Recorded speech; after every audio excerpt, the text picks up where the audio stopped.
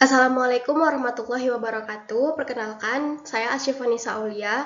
Di sini saya akan mempresentasikan tentang katalis. Nah, apa itu katalis? Katalis itu adalah zat yang ditambahkan ke dalam satu sistem reaksi untuk meningkatkan laju reaksi tanpa ikut bereaksi secara permanen. Nah, mengapa katalis itu mempercepat? Katalis itu untuk menurunkan energi aktivasi atau EA, yaitu ambang batas energi minimum yang diperlukan agar reaksi bisa terjadi. Dengan energi aktivasi yang lebih rendah, molekul-molekul reaktan lebih mudah melampaui hambatan energi tersebut. Jenis-jenis katalis, yang pertama itu ada katalis homogen, katalis heterogen, dan katalis enzim. Katalis homogen di sini adalah katalis yang berada dalam fase yang sama dengan reaktan atau produk reaksi. Contoh katalis homogen adalah ion logam dalam larutan yang digunakan dalam reaksi organik. Seperti hidrogenasi alkena. Lalu contoh produknya ini seperti yang ada di gambar. Ini contoh produknya. Biasanya harga katalis homogen itu sekitar 180.000 sampai 950.000 per botol. Per botol itu 2,5 liter. Selanjutnya, kemudian itu ada katalis heterogen. Katalis heterogen adalah katalis yang berada dalam fase yang berbeda dengan reaktan dan produk reaksinya. Contohnya itu adalah logam seperti platina dan nikel. Nah, yang digunakan dalam proses hidrogenasi atau oksidasi. Ini contoh produk dari katalis heterogen, yaitu FCC katalis. Harganya itu berkisaran antara $25 sampai $35 per kilo. Kemudian ada katalis enzim atau biokatalis. Nah, biokatalis ini berupa protein kompleks yang diproduksi oleh sel hidup untuk mempercepat reaksi biokimia secara spesifik. Contohnya itu ada lipase, amilase, protase, dan selulose. Nah, untuk harga katalis enzim ini lebih mahal daripada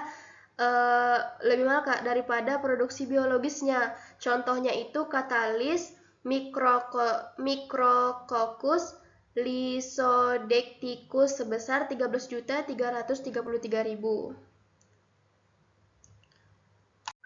Selanjutnya ada mekanisme reaksi pada katalis. Nah, mengapa mekanisme ini penting? Karena untuk menurunkan energi aktivasi atau EA. Tanpa katalis, molekul harus memiliki energi tabrakan yang sangat besar untuk bereaksi dengan adanya mekanisme absorpsi atau senyawa antara. Hambatan energi tersebut dipotong menjadi beberapa langkah kecil yang mudah dilewati oleh molekul pada suhu yang lebih rendah.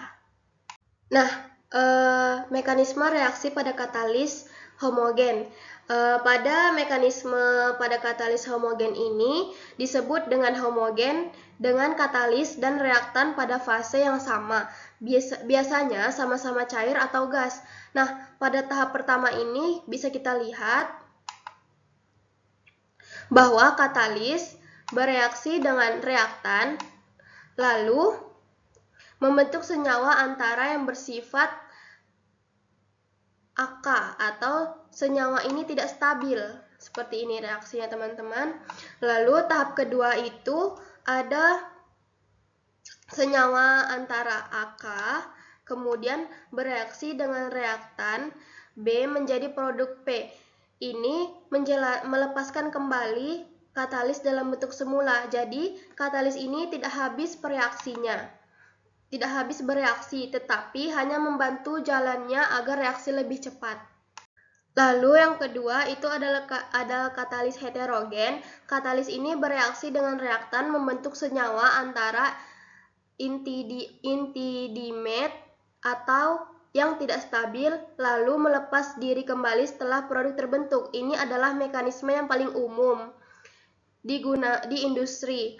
Reaksi ini terjadi pada permukaan padat katalis. Proses ini biasanya mengikuti 5 langkah. Yang pertama itu ada difusi, kedua absorpsi, yang ketiga reaksi kimia, yang keempat desorpsi, yang kelima itu difusi balik. Nah, kemudian ada mekanisme reaksi pada katalis enzim. Katalis enzim ini memiliki mekanisme yang sangat spesifik berdasarkan bentuk ruang molekulnya. Yang pertama ada sisi aktif. Enzim memiliki lekukan yang disebut sisi aktif. Hanya molekul reaktan dengan bentuk yang pas yang bisa masuk ke sana. Lalu kompleks enzim substrat. Saat substrat masuk, enzim seringkali masuk sedikit mengubah bentuknya agar ikatannya lebih kuat. Yang ketiga itu ada pemutusan atau pembentukan ikatan. Enzim memberikan lingkungan kimiawi yang ideal sehingga substrat berubah menjadi produk yang sangat cepat. Yang keempat ada pelepasan setelah produk terbentuk. Ia tidak lagi pas dengan sisi aktifnya sehingga produk dilepaskan dengan enzim siap menerima substrat baru. Nah, kemudian ada keunggulan dan kelemahan dari katalis. Setiap katalis itu punya selektivitas yang berbeda. Memahami kelemahannya dapat membantu kita menghindari terbentuknya produk samping atau limbah yang tidak diinginkan. Ini adalah tabel dari kelemahan dan keunggulan dari katalis. Yang pertama itu ada homogen. Keunggulan homogen itu adalah aktivitasnya tinggi dan selektivitas yang tinggi. Kemudian kelemahannya itu sulit dipisahkan dari produk korosif. Yang kedua itu ada heterogen. Heterogen itu keunggulannya mudah dipisahkan dan tahan pada suhu tinggi. Kelemahannya itu aktivitasnya itu lebih rendah daripada homogen, lalu transfer masanya terbatas. Kemudian ada reaksi kimia yang menggunakan katalis pada pembuatan produk oleokimia dan bioenergi. Nah, pada pembuatan produk oleokimia atau produk turunan minyak dan lemak, yang pertama ada saponifikasi, pembuatan sabun, lalu ada reaksi, itu reaksi yang digunakan adalah asam lemak dari minyak atau lemak ditambah dengan basa. Basa itu biasanya digunakan NaOH atau KOH menjadi sabun dan gliserol. Lalu katalisnya itu biasanya digunakan basa kuat seperti NaOH atau KOH yang berperan sebagai reaktan sekaligus katalis. Nah, contoh produknya itu ada sabun mandi, sabun cuci, dan sabun gliserin. Yang kedua, hidrogenasi. Hidrogenasi ini adalah pengerasan minyak. Reaksinya itu ada minyak nabati tak jenuh ditambah dengan hidrogen menjadi asam lemak jenuh atau padat. Katalisnya itu berbasis nikel, palladium pada pendukung seperti alumina. Contoh produknya itu ada margarin, vanila, dan shortening. Yang ketiga ada interesterifikasi. Reaksinya itu mencampur lemak atau minyak berbeda untuk mengubah profil asam lemaknya. Katalisnya itu digunakan katalis basa atau natrium metoksida atau enzim lipase. Contohnya itu lemak khusus untuk pembuatan shortening atau cocoa butter substitute.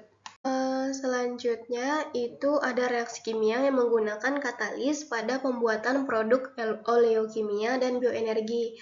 Nah, reaksi kimia yang menunjukkan katalis dalam pembuatan produk oleokimia berbioenergi yang pertama adalah transesterifikasi, yaitu reaksi antara minyak atau lemak dengan alkohol untuk menghasilkan biodiesel dan gliserol. Proses ini umumnya menggunakan katalis basa seperti NaOH atau KOH karena reaksinya itu cepat dan efisien. Selain itu juga pirolisis dan glasifikasi biomasa, di mana biomasa dipanaskan tanpa oksigen dengan bantuan katalis untuk menghasilkan bio-oil dan biogas sebagai sumber energi alternatif terakhir. Dikembangkan juga katalis hijau seperti katalis enzim dan katalis padat heterogen yang lebih ramah lingkungan karena mudah dipisahkan, bisa digunakan ulang, dan mengurangi limbah. Jadi peran katalis di sini sangat penting untuk meningkatkan efisiensi reaksi sekaligus mendukung proses yang lebih berkelanjutan.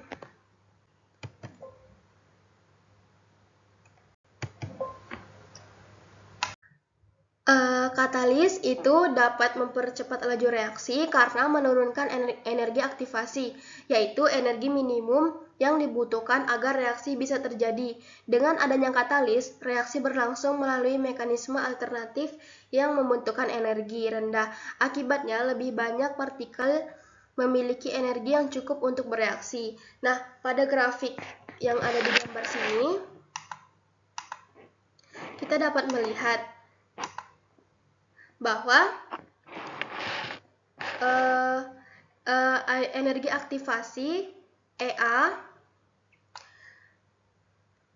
tanpa katalis, yang tanpa katalis ini lebih tinggi daripada yang dengan katalis. Nah, ini dapat kita lihat di sini ya teman-teman. Nih, lebih tinggi yang tanpa katalis daripada dengan katalis. Walaupun perubahan energinya reaksi atau delta H-nya itu tetap sama, inilah sebabnya katalis itu membuat reaksi berlangsung lebih cepat tanpa ikut bereaksi dengan sampai habis. Lalu support katalis adalah material penyangga seperti alumina, silika, atau serbuk besi yang digunakan untuk mendispersikan atau menopang komponen aktif katalis logam seperti Cr, Co, atau Ni, bertujuan meningkatkan luas permukaan, stabilitas, dan efisiensi katalis dalam mempercepat reaksi kimia industri seperti pada produksi bensin atau biodiesel dengan memberikan struktur fisik dan membantu menurunkan energi aktivasi. Contohnya itu ada silika. Silika itu sering digunakan karena sifatnya yang cenderung intert atau tidak ikut bereaksi secara kimia, sehingga tidak mengganggu kinerja zat aktif utamanya. Aplikasinya itu penyangga logam kromium pada polimerisasi etilina menjadi plastik polietilina, proses Phillips. Keunggulannya itu memiliki porositas yang sangat tinggi dan bisa diatur ukurannya. Lalu ada contoh katalis. Yang pertama katalis cair. Contoh katalis cair itu meliputi asam kuat seperti asam klorida atau HCl, asam sulfat, basa kuat seperti NaOH, dan kalium hidroksida atau KOH. Nah, serta beberapa garam natrium klorida yang sering digunakan dalam reaksi homogen seperti hidrolisis atau elektrolisis. Yang kedua itu adalah katalis padat. Contoh katalis padat ini seperti logam mulia, seperti platinum, untuk produksi asam sulfat dan adipat. Lalu yang ketiga ada enzim katalis atau biokatalis. Itu contohnya adalah enzim amilase yang mengurai pati gula di air liur. Meltase mengubah meltosa jadi glukosa. Laktase mengurai laktosa. Lipase mencerna lemak. Katalase mengurai hidrogen peroksida jadi air dan oksigen di tubuh.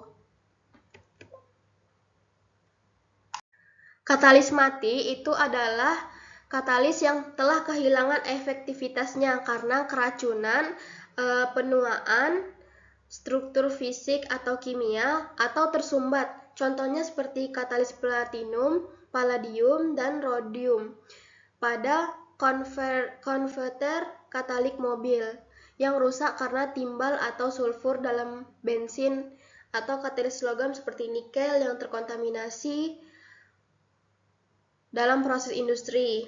Nah, penyebab katalis mati itu salah satunya adalah keracunan katalis, yaitu ketika zat pengotor seperti sulfur, timbal atau fosfor menempel pada situs aktif sehingga reaksi tidak dapat berlangsung. Selain itu, pembentukan katalis dapat menghambat kontak dengan reaktan. Lalu selanjutnya itu ada regrenasi katalis. Regrenasi katalis adalah proses memulihkan kembali aktivitas dan selektivitas katalis yang menurun selama pemakaian, sehingga katalis bisa dipakai lagi tanpa harus diganti baru. Nah, biasanya penurunan kinerja biasanya terjadi karena fouling atau pengotoran, kokas, sintering, keracunan katalis, atau perubahan struktur aktif. Yang dilakukan pada saat regenerasi katalis itu yang pertama pembersihan awal, yang kedua pembakaran kokas, yang ketiga reaktivasi, yang keempat penghilangan racun, yang kelima stabilitas. Lalu, sifat-sifat katalis. Katalis itu memiliki sifat umum, yaitu mempercepat laju reaksi tanpa ikut habis bereaksi, tidak mengubah keseimbangan reaksi, lalu bekerja dengan menurunkan energi aktivasi, serta bersifat selektif terhadap reaksi tertentu. Nah, faktor-faktor yang mempengaruhi aktivitas katalis. Aktivitas katalis dipengaruhi oleh luas permukaan katalis. Karena semakin besar luas permukaan, maka semakin banyak situs aktif yang tersedia. Lalu ada aplikasi katalis di industri. Yang pertama, industri oleokimia, itu mengolah minyak atau lemak nabati menjadi produk seperti asam lemak, alkohol lemak, sabun, dan gliserol. Contoh reaksinya itu ada hidrolisis, lemak menjadi asam lemak, dan gliserol. Lalu katalisnya itu menggunakan asam sulfat atau enzim lipase, esterifikasi asam lemak menjadi ester. Lalu katalisnya itu juga ada asam sulfat, HCl atau resin penukar ion. Hidrogenasi minyak menjadi lemak padat, itu katalisnya adalah heterogen atau nikel. Dosis katalis umum itu asam kuat seperti H2SO4 atau asam sulfat itu 0,5 sampai 2%. Katalis Ni 0,5 sampai 0,2% juga 0,2%. Enzim lipase itu 0,5 sampai 5% substrat. Nah, ada aplikasi katalis di industri bioenergi. Katalis berperan dalam reaksi transesterifikasi minyak dengan alkohol, metanol atau etanol. Reaksi utamanya itu ada trigliserida ditambah dengan metanol menjadi metil ester dan gliserol. Jenis katalisnya itu ada katalis basa, itu NaOH, katalis asam ada asam sulfat, katalis heterogen itu menggunakan zeolit, katalis enzim itu menggunakan lipase. Nah, dosis katalisnya itu untuk NaOH atau KOH itu 0,5 sampai 1%. Asam sulfat itu 1 sampai 5%. Katalis padat itu 1 sampai 5%. Lipase 1 sampai 10% minyak. Lalu ada di industri biogas, katalis berperan untuk meningkatkan kualitas gas atau mempercepat reaksi lanjutan. Seperti reforming biogas, katalisnya itu ada Ni atau nikel, lalu pemurnian gas itu penghilangan H2S, katalis absorben itu Fe2O3 karbon aktif. Dosis katalis itu katalis reforming nikel itu 5 sampai 15%. Nikel pada support. Lalu absorbennya itu ada Fe2O3 kurang lebih 1 sampai 5 kilo per meter kubik biogas. Kinerja katalis itu adalah ukuran seberapa baik suatu katalis menjalankan fungsinya dalam suatu reaksi, yaitu mempercepat laju reaksi, peningkatan konversi, dan mengarah reaksi ke produk yang diinginkan dalam kondisi operasi tertentu. Parameter yang diuji pada katalis meliputi aktivitas katalis, konversi reaktan, selektivitas terhadap produk yang diinginkan, yield produk, serta stabilitas katalis selama waktu operasi. Lalu ada karakterisasi katalis adalah serangkaian pengujian fisik, kimia, struktural yang dilakukan untuk mengetahui sifat katalis seperti struktur, komposisi, permukaan, dan keadaan situs aktifnya. Tujuan dilakukan karakterisasi katalis adalah mengetahui sifat awal, sebelum digunakan sebagai dasar evaluasi kerja. Yang kedua, menjelaskan penyebab aktivitas katalis tinggi atau menurun. Menilai keberhasilan proses preparasi dan pregenerasi katalis, serta menjadi dasar pengembangan atau optimasi katalis untuk aplikasi industri tertentu. Kapan dilakukan karakterisasi katalis? Pada beberapa tahap, yaitu sebelum digunakan untuk mengetahui karakter awalnya, lalu selama atau setelah digunakan untuk melihat perubahan akibat reaksi setelah regenerasi untuk menilai sejauh mana sifat katalis dapat dipulihkan. Lalu ada contoh karakteristik perbandingan katalis. Contoh perbandingan karakteristik katalis sebelum dan sesudah digunakan dapat dilihat pada katalis heterogen sebelum digunakan. Katalis umumnya memiliki luas permukaan besar, pori terbuka, dan situs aktif bersih, sehingga aktivasinya tinggi. Setelah digunakan, biasanya sering terjadi penurunan luas permukaan dan volume pori akibat fouling dan pembentukan kokas. Perubahan fase atau ukuran partikel aktif karena sintering, serta munculnya unsur pengotor yang menandakan keracunan katalis.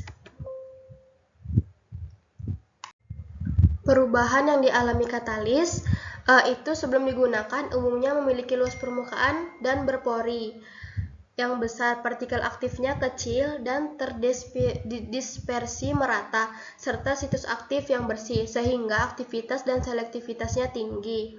Setelah digunakan, itu biasanya katalis mengalami penyumbatan pori akibat fouling atau kokas, sintering partikel aktif, perubahan fase atau keadaan oksidasi, serta adanya racun katalis yang menyebabkan penurunan aktivasi, selektivitas, dan stabilitas. Perubahan yang dialami katalis itu katalis setelah digunakan umumnya mengalami penurunan kinerja ditandai dengan luas permukaan dan volume pori yang berkurang, penyumbatan pori oleh fouling atau kokas, serta penggumpalan partikel aktif. Secara kimia, sering terjadi perubahan fase atau keadaan oksidasi yang penempelan racun katalis pada permukaan, sehingga jumlah situs aktif berkurang dan aktivasi serta selektivitas katalis menurun. Lalu, faktor-faktor yang mempengaruhi kinerja katalis secara umum dapat dipengaruhi oleh sifat permukaan dan difusi. Katalis cair oleh kondisi kimia dan kemurnian sistem, sedangkan katalis enzim sangat sensitif terhadap suhu, pH, dan kondisi lingkungan reaksi. Mungkin sekian dari saya. Mohon maaf jika ada kesalahan atau kekurangan dalam PPT saya akhiri. Wassalamualaikum warahmatullahi wabarakatuh.